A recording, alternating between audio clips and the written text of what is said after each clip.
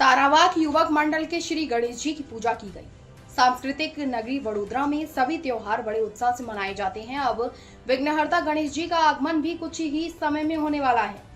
जब वडोदरा शहर के अलग अलग गणेश भक्त श्री जी की मूर्ति का पंडाल लगाकर पूजा कर रहे हैं, तो ताराबाग युवक मंडल की श्री जी की मूर्ति की पूजा आज वडोदरा शहर की MS यूनिवर्सिटी में की गई, जिसमें मंडल के बड़ी संख्या में लोग मौजूद थे।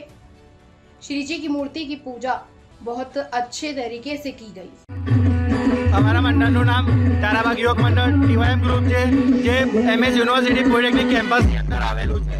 અમે ત્યાં અંદર સ્ટાફ ક્વાર્ટર્સના સ્ટાફમાં રહેતા તમામ સભ્યો મળીને ગણેશજીની સ્થાપના કરીએ છીએ।